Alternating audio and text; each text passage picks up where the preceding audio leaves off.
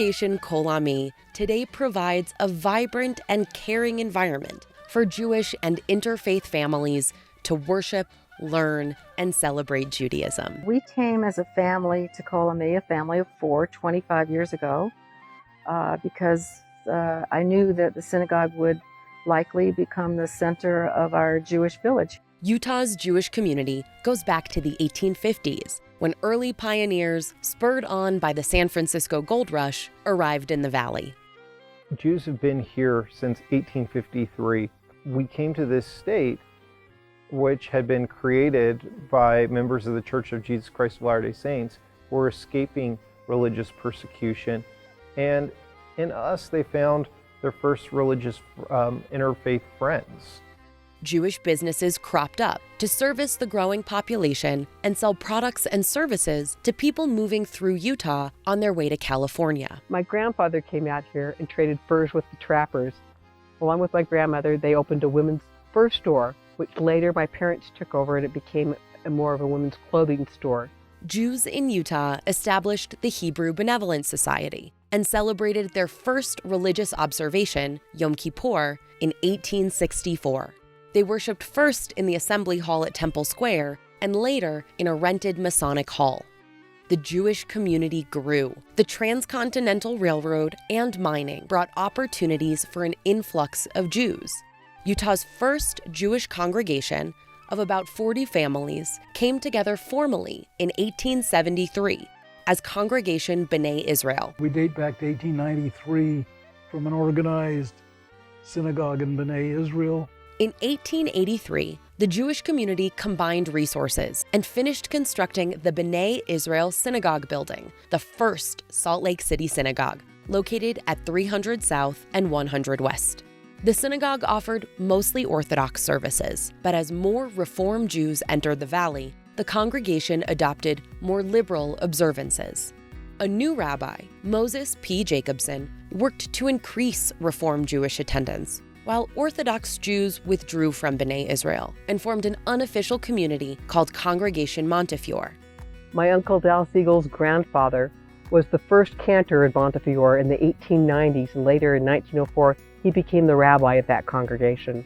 With a lot donated by Morris Levy in 1902 and an initial investment by Isidore Morris of $150 in gold dust, Congregation Montefiore built a new synagogue on 355 South, 300 East in Salt Lake City. Business entrepreneurs like the Sweets family of sugar beet and sweets fame and Jacob Moritz, who founded a large brewery, flourished.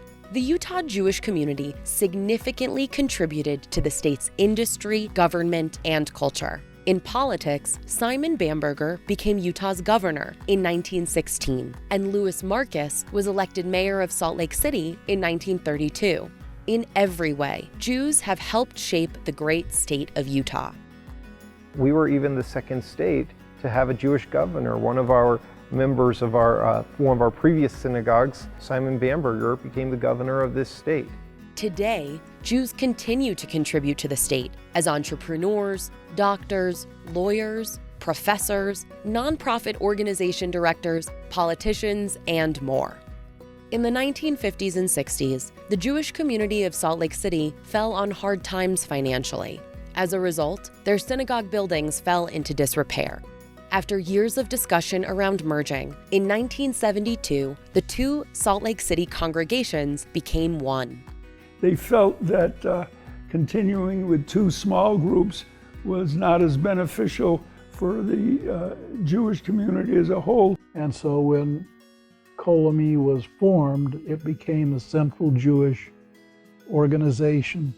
Congregation B'nai Israel was reformed. Congregation Montefiore was conservative. In the merger committee, some of the issues that we had to deal with were, would we have one or two kitchens? Would we have to wear yarmulkes? What about taluses? What book would we use? We dealt with from major topics to small topics. The new congregation constructed a synagogue at 2425 East Heritage Way, dedicated in 1976 by Rabbi Abner L. Bergman. Today, Kol Ami offers the opportunity for conservative and Reform Jews to worship in harmony. We are affiliated with both the Reform and Conservative movement. We're going to create a community where everybody is still welcome and there's something for everybody here in our synagogue. With a commitment to fostering Jewish traditions and values, Kol Ami provides a range of programs and services that cater to families of diverse backgrounds and experiences. Kol Ami means all my people, which means that no matter what your Judaism is, who you love, what you look like, there's something for you here, and you can belong in this community. You know, many of us came in our 20s and 30s and have had the same good friends since the 1970s. So we know each other's children and grandchildren and care for them as well as we do our sisters and brothers. Whether attending Shabbat services, participating in Torah study sessions, or celebrating holidays and life events, Congregation Kol Ami provides a supportive and enriching space to connect with Jewish culture and community. Kol Ami is a very big part of the life I have with my husband and my kids. We celebrate holidays here, Shabbats, all those things. So I want Kol Ami to be an important part of their life, just like it was an important part of my life. The things that excite me about Kol Ami are many of the social programs, the get-togethers. There are lots of great activities at Kol Ami, and you can pick and choose what appeals to you best. You know, I get excited to learn about different Jewish things, laws. I get excited to learn about, wow, I have my interpreter come to my class to support me. I get different ideas. I get to learn about the history of the Jewish people, what happened a long time ago in Jewish communities. It's nice to also connect with friends that are Jewish, share stories, and learn together. After 50 years of Jewish worship for a diversified community, members of Congregation Kol Ami anticipate a vibrant future for the part they play in Judaism in Utah.